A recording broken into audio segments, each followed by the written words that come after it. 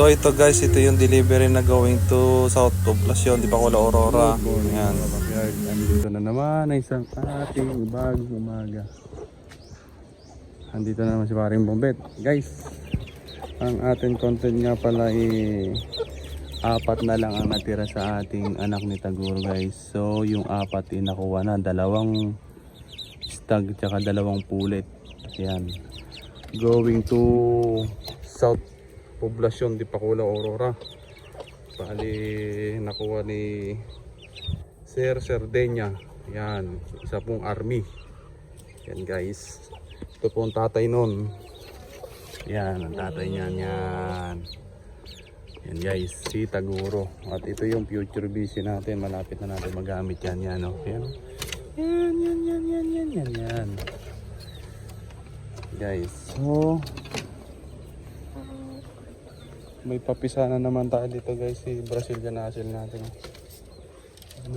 Dahil din Taguro na malapit na guys. Kunting gameboard na lang, so mamimisa na yun. Malapit na. So bali guys nga pala, di ba itong kulungan na to, dati yan doon, nalipat natin dito guys. So mas maganda kasi view dito guys. Yan, nalinis na rin yan, no? Malinis na. So yan guys.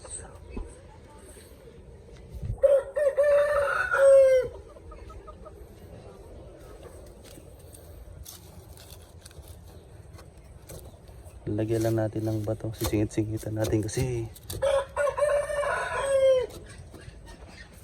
malaki yung allowance. Yan guys. So next project natin ay gagawa tayo ng itlogan ng bibi at naghahanap ng itlogan ng bibi natin. Salamat nga pala sa nagtiwala ng ating limang linyada.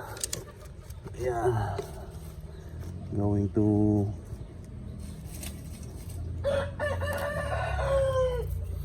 Valerian guys.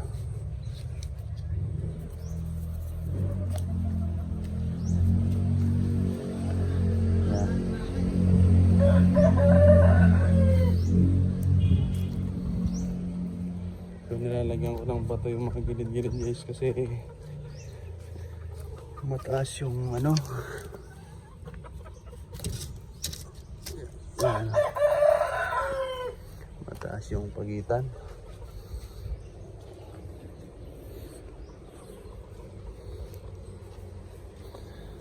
Ito guys, siguro nalinis ko na to kaya maganda-ganda na yung view. Yan guys. Yan.